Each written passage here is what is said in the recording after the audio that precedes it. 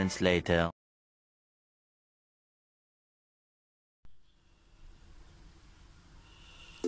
Ito pala ang aking recipe ngayon. Ang recipe ko ngayon ay 2 pirasong ulo ng tulingan. Malinis na to.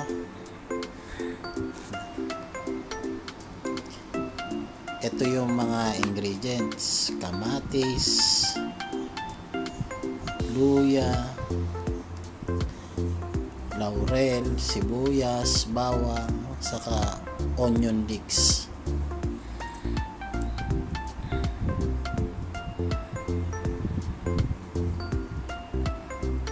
Madali lang naman ang recipe ko ngayong araw.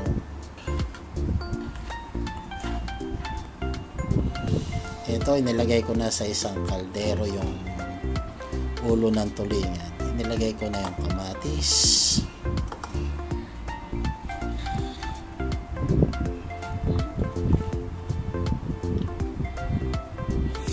yung onion leeks, dahon ng sibuyas.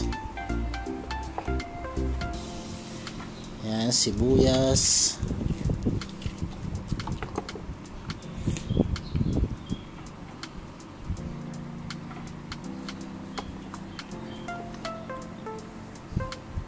Yan, bawang.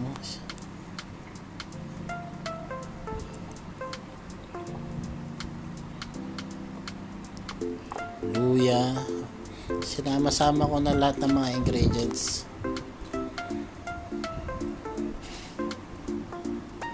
Yan, bay leaves. Yan, pamintang buo.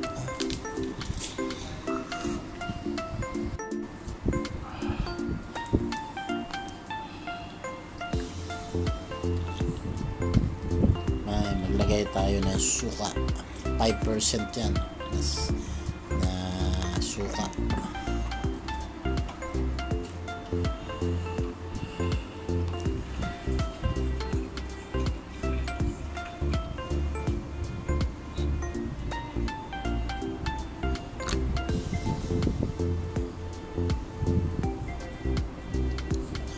Lagay din ako ng asin. Ginagamit ko pala asin dito iodized salt.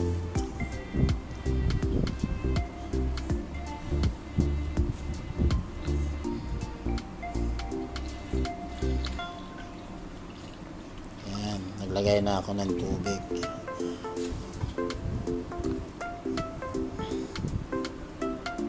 Lagyan ko pala siya ng 2 cups of water. Ito pa yung mga rekado natin, ingredients. Yan, malunggay, saka 400 ml na gata. Purong gata yan.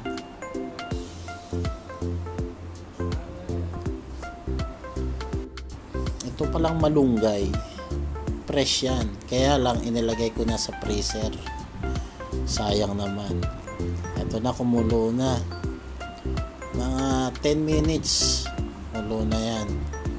Nilagay ko na rin yung isang siling haba. Continuous lang yung pagpapakulo natin. Spicy. Yeah, boy. Ito na. Naglagay pa rin uli ako ng lemon juice dyan.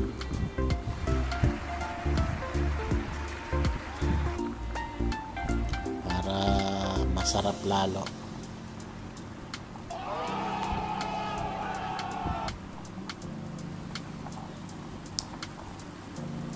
Yan, ito na. Yung kumukunti na lang yung kanya, tubig. Nilagay ko na yung isang 250 ml lang pala yung isa na pouch.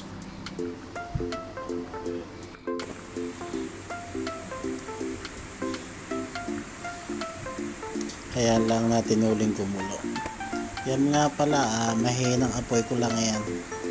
Pinakukuluan. Ito na. Ayan eh, ilagay na ang ating 400 ml na pangalawang gata. Puro naman siya parehas.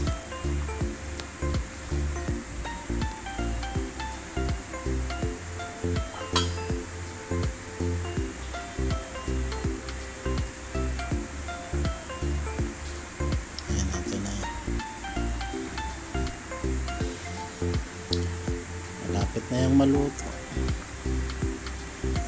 Medyo kukunti lang gagawin kong sabaw dyan para masarap. Ayan, nilagay ko na pala yung malunggay.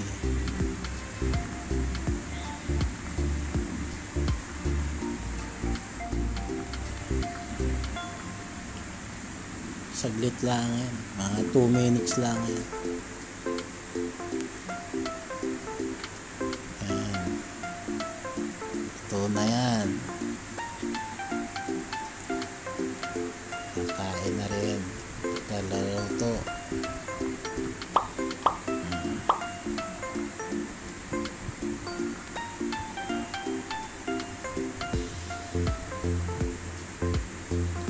Ito na yung ating ginatang ulo ng tulingan.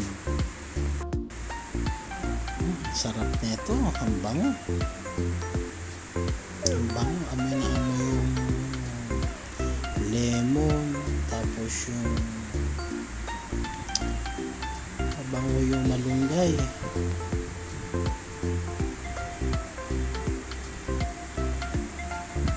Mapaparami ang kain ko nito.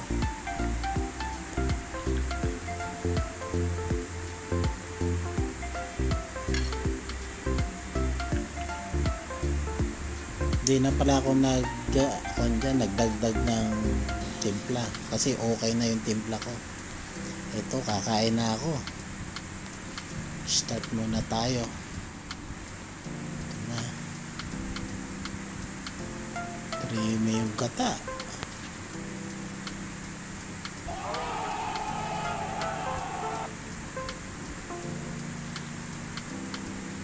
Ito, kain na tayo. Umpisa na natin kumain.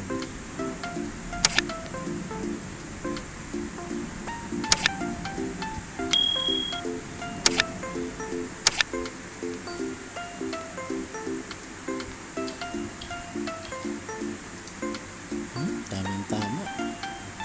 Medyo may hanghang ng konti siya. Sarap yung sili.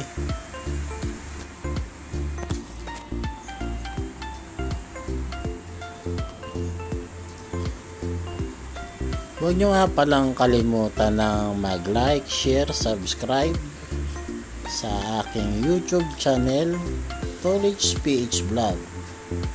At huwag nyo na rin kalimutan na pindutin ang bell para lagi kayong updated sa aking mga bagong video. Thank you for watching.